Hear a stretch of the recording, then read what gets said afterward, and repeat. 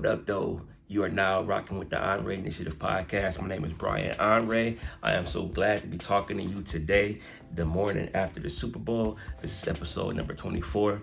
And I want to just recap the Super Bowl last night, man. It was a big event for the world, big event for the country. You know what I'm saying? The Super Bowl is like a holiday. You know, it brings so many folks together, man. And, last night was a good night because the game was good and a lot of the music stuff was good. Let me first just talk about Usher's halftime performance, man. Let me just tell you, man, I think that this could possibly be the best Super Bowl halftime show ever.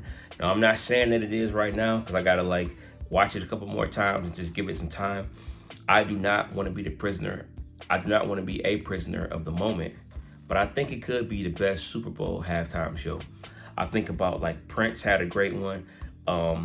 Me being a hip hop guy, my favorite one is the Dr. Dre halftime show with Snoop, Eminem, Kendrick Lamar, Mary J. Blige, 50 Cent. That might be my favorite one, but I think this Usher one, man, it was just excellent. And first, let me just go over it first, man. So Usher started out on the grass, which I thought was cool.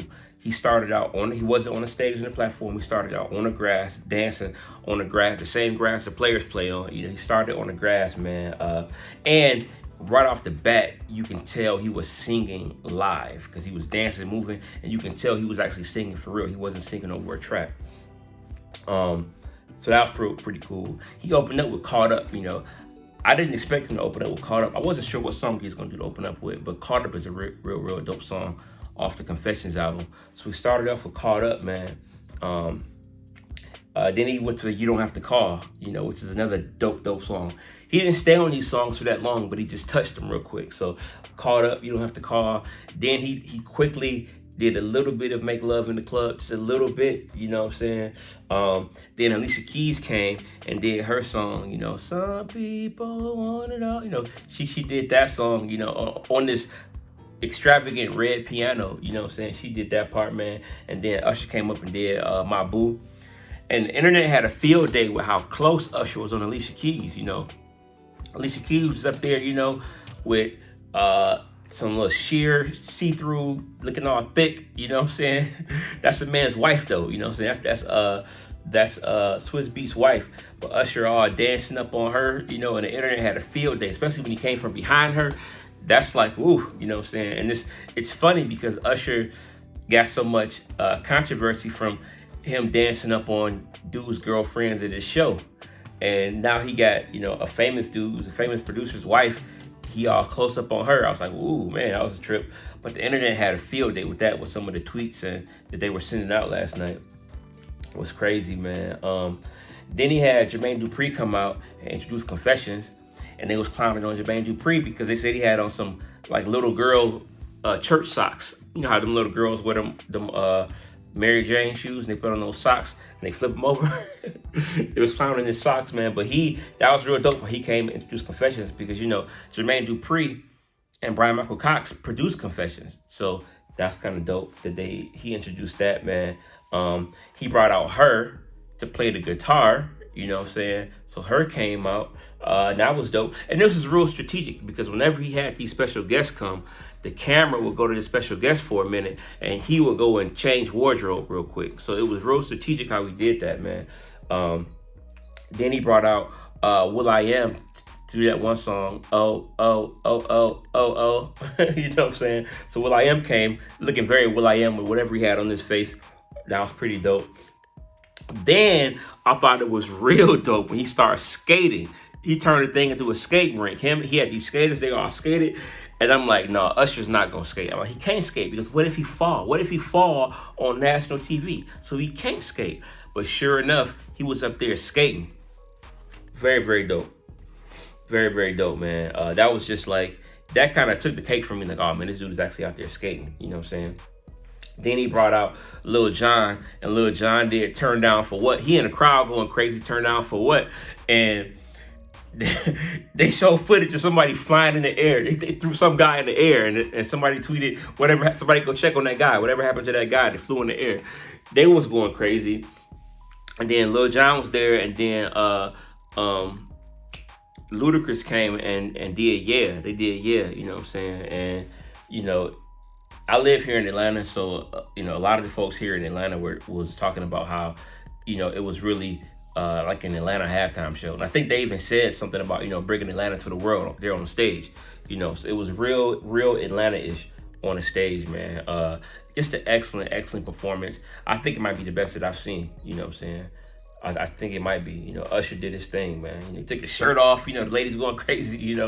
Usher, for all the people around my age, who love Usher, he lived up to the hype, you know what I'm saying? I know all the ladies around my age love Usher. So that was a dope halftime performance. I'll give it to him. The commercials are pretty good, man. A lot of cool commercials. FanDuel did the one commercial where they memorialized, say rest in peace to Carl Weathers. Because again, Carl Weathers was doing commercials with Gronkowski, and I guess they did a commercial that they didn't release yet. And they showed it, man, and it was kind of sad seeing Carl Weathers, you know what I'm saying? But dope commercial, man. A lot of cool commercials. I saw a commercial for the Monkey Man or Monkey Boy, whatever, some Jordan Peele movie. That was a good commercial. The teaser trailer for Deadpool 3 was shown. But I think the commercial that took the cake was Beyonce's Verizon commercial. And this commercial was basically showing Beyonce, because Beyonce, whenever she does something, it's a big event. So she was trying to break the internet. So everything she does to break the internet, and the catchy thing was, break the internet, and but Verizon can't be broken. So she kept trying to break Verizon's network, and she couldn't break it because the Verizon network was just that good, I guess. And it's funny because Verizon is known as like the best phone company as far as service goes. Definitely the most expensive phone company. So, Beyonce go work with the best phone company because she's supposed to be the best. You get the correlation, But it's a good commercial. But at the end of the commercial, Beyonce said something to the effect of, all right, now drop the new music, as if, maybe that'll break the internet. So everybody on Twitter was, and by the way, like, to keep up with stuff, man, I literally, when these events happen, when these big cultural events happen, I watch the events with my phone in my hand because I'm on Twitter at the same time, or X now. But I'm on X looking to see what everybody's talking about. And sure enough, as soon as that commercial aired and Beyonce said the part, all right, drop some new music, everybody's like, where's the new music? Where's the new music? And sure enough, within like an hour, or it might have even been sooner than that, Beyonce drops 2 songs. And she announces that she's putting out another album, Renaissance 2, at the end of March next month. And these 2 songs, I guess this album's gonna be a country themed album because these 2 songs are like country songs, 16 Carriages and Texas Hold'em, straight up country songs. And I think, I'm not a big country music fan, but I think these are 2 pretty good songs. Beyonce did her thing, with these songs. And so she had her moment, And some people were arguing like, is she trying to take away the moment from Usher, blah, blah, blah. But I think it was a pretty cool moment. I think Usher still got his props, but he definitely had to share the moment with Beyonce. Beyonce definitely, got some attention last night. And deservedly so. She's a big star. So she putting out an album. She got 2 country songs out. And not to be that guy, but I'm going to go back to one of my previous episodes. Jay-Z already started campaigning for her to win Album of the Year at the Grammys.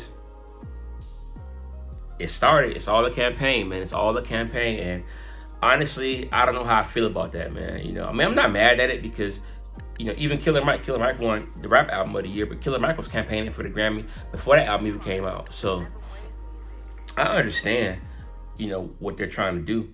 But it's just kind of funny. Like, okay, you talk about how she didn't win album of the year and y'all knew good and well she was about to drop an album. So you see how it goes. But anyway, man, shout out to Beyonce, shout out to Usher. The actual game, man, the Chiefs and the 49ers. Now, I picked the 49ers to win, but I am not mad at all that the Chiefs won 25-22 in overtime. It was a very close game, a very good defensive game. Both defenses played pretty good, but at the end, Patrick Mahomes just showed that, like, you know what, it's time to step up. I'm going to step up. And Patrick Mahomes took over that last drive, overtime. You just got a feeling that once in overtime, once the San Francisco 49ers failed to score a touchdown, they got a field goal. You just had a feeling that Patrick Mahomes was going to come down and score a touchdown. You just could feel it, you know what I'm saying? at least the field goal, but I thought he was gonna do a touchdown because they got the firepower in Kansas City, but the 49ers held them in check the whole game. And you can't keep one of the greatest quarterbacks ever down the whole time. He gonna get his stuff off, and he got it off, you know what I'm saying? The Chiefs won 3 Super Bowls in the last 5 years. And throughout the game, it's funny. I was joking with my daughter, like they're trying to like show Taylor Swift as much as they could. You know, Taylor Swift walked in with Ice Spice, Blake Lively. So it was already a star-studded thing. You know, she came in with her celebrity friends, and they were literally showing Taylor Swift. I mean, even if Travis Kelce, her boyfriend, didn't do something, if Patrick Mahomes threw a touchdown to a random player, they showed Taylor Swift. They showed Taylor Swift more than anybody in the stands. And it's funny. I'm not mad at it, though. It's just how it works, you know what I'm saying?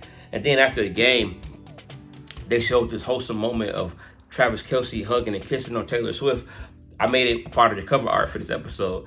I'm not mad at it, man. You know what I'm saying? I think that it's like, whether the relationship is a PR stunt or if it's real, it's definitely working. You know, it's getting all the attention, and it's cute. It's real cute, showing them in love and them kissing and them being so happy, you know what I'm saying, after the game. It's real cute, man. And the NFL is getting what they want, man. That storybook ending, you know what I'm saying? So I'm not mad at it, man. People talking about the game was rigged. Shut up. It's not rigged, man. Like, the 49ers just didn't do enough to win, you know what I'm saying? They played good defense, but they're off. Brock Purdy, he's good, but he just got to get over the hump. Maybe next year, you know what I'm saying? But no, the Chiefs are just better, you know what I'm saying? They pulled it out in the end, and the 49ers had their chances, you know what I'm saying? They had a few turnovers, man. They had turnovers that cost them.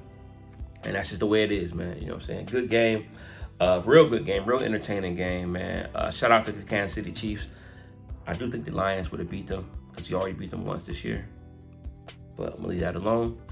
We'll see next year, you know what I'm saying? That's no more football for a while, man. That's my episode. I just wanted to go over the Super Bowl, man, with y'all, get my thoughts on it. What are your thoughts, man? Let me know in the comments of my Instagram page. There's a new Instagram page for the Onrea Initiative. So either that page or my personal page. Hit me up on Twitter at Brian Onrea, on Facebook at Brian Onrea. Just let me know on any platform. TikTok at Brian Onrea 11. Let me know what your thoughts are, man, on the Super Bowl, man. Let me know your thoughts on the halftime show, Beyonce's music. Just converse with me, man. Subscribe to the page if you're watching this and you're not subscribed. Please subscribe to the YouTube page. Follow me on Spotify, Apple Podcasts, iHeartRadio Podcast, wherever you listen to the set or watch the set. Subscribe to me. Thank you so much, man. Take initiative in your life, man. If your life not going how you want it to go, take some initiative, man. Change is hard, man, but staying the same is even harder because you don't want to be having regret later. You know what I'm saying? So I love y'all. Have a good week. Have a good day. Take initiative and let's get it.